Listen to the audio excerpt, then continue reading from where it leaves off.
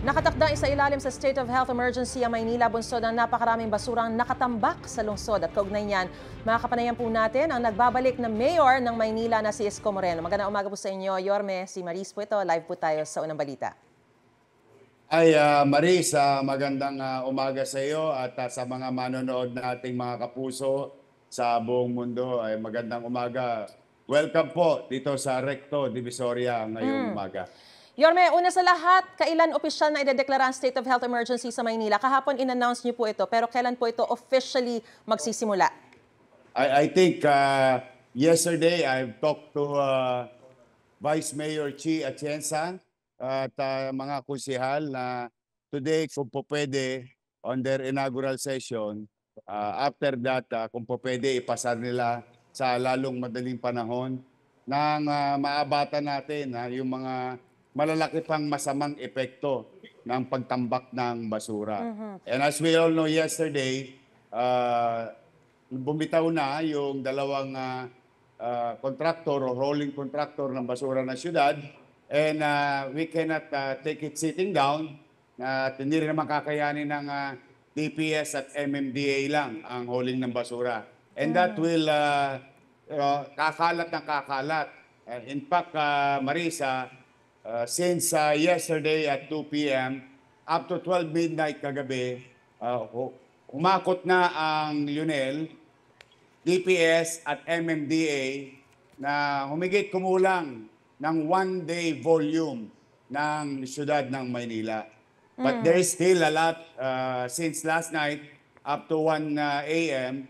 Nag-ikot pa ako katulad sa Rizal Avenue, Avenida, Hermosa, Juan Luna, at iba't ibang bahagi ng Sampaloc, Santa Ana. Marami pa mga tumpukan na basura. So we will continue, and it has to be today, hopefully, with the help of the leadership of Vice Mayor Chi Atienza in the City Council.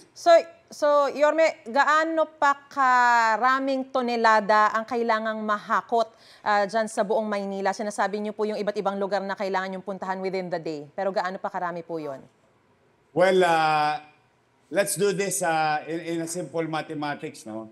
Kung halimbawa, 4 na araw o 3 araw o 1 linggo, hindi nakukuha, at nag-average tayo ng 2,000 to 2,500 metric ton every day. So just imagine if we only collected yesterday about 2,500, meron tayong lag na about 5,000 metric ton ng basura na nasa kalsada pa. Plus, of course, the daily production ng garbage sa mga household, no? Araw-araw yan. So, more or less, may awa ang Diyos with the effort of MMDA, DPS, and hawkers, MTPB, engineering, at of course yung Lunel na napakiusapan natin. Maglalas pa to ng mga 3 to 5 days para mag-normalize yung garbage collection system. So we are hoping before the end of the week, the garbage crisis will be done or finished by Saturday, hopefully. At itanong ko lang po, no, yung tungkol dito sa contractor sa paghahakot ng basura sa Maynila. Sumulat sa iyo at voluntaryong nag-terminate ng kontrata ang Fileco at Metro Waste. Magiging liable pa po ba sila doon sa mga hindi nila natugunan na trabaho at dapat po kasi hanggang end of the year yung kanilang kontrata? Well, that's the least of our problem now. We wanted to act based on facts. They stop, we need to collect. May problemang mangyayari at may dulot na masama sa kalusugan ng taong bayan.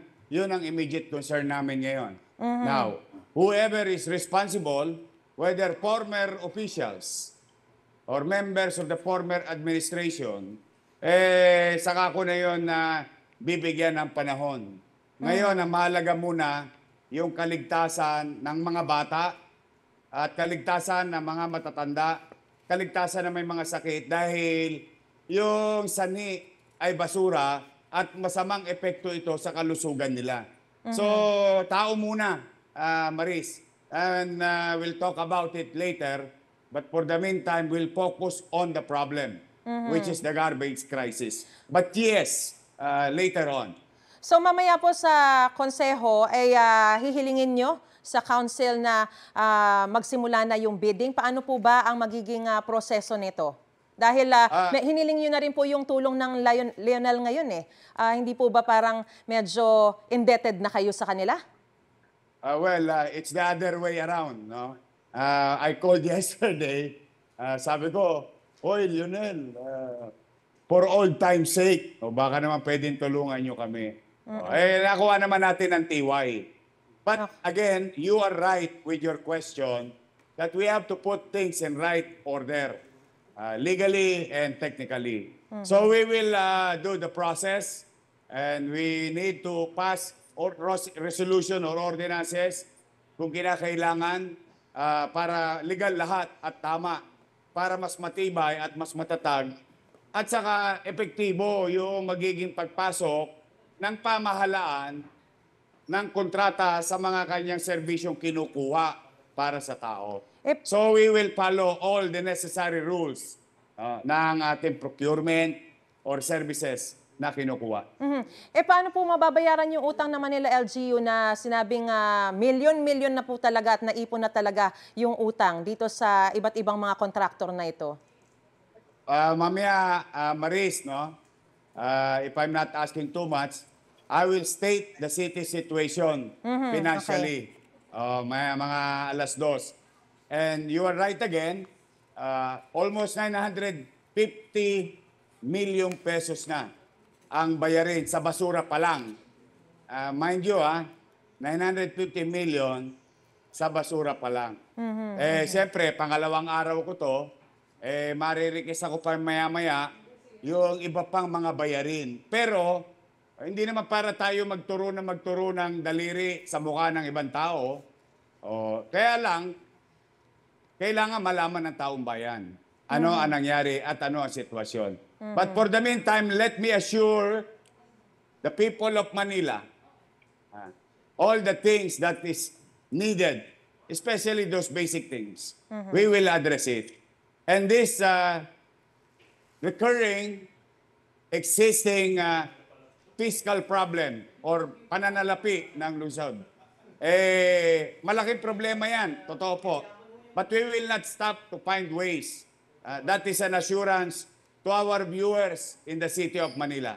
Now, to those businessmen who entered into contract, delivered services and goods in the city of Manila, which we owe you so much, no? Alam mo, Maris, ang tansya namin, kulang-kulang 11 billion na to na bayarin. Pero ayoko lang pangunahan. Let me state that factually later. But as a matter of assurance to them, babayaran kayo ng lungsod ng Maynila. Pumanatag kayo. Hindi nga lang biglaan. But we will find ways. Alright. Maraming salamat po sa impormasyon binigay niyo sa amin at sa inyo pong panahon. Manila Mayor Isko Moreno. Samantala, sinusubukan pa rin po namin kunin ang pahayag ni dating Manila Mayor Honey Lacuna kaugnay sa problema sa basura. Una nang sinabi ni Lacuna noong Enero na walang utang na 561.4 million pesos ang Manila LGU sa dating garbage collector ng lungsod na Leonel Waste Management Corporation.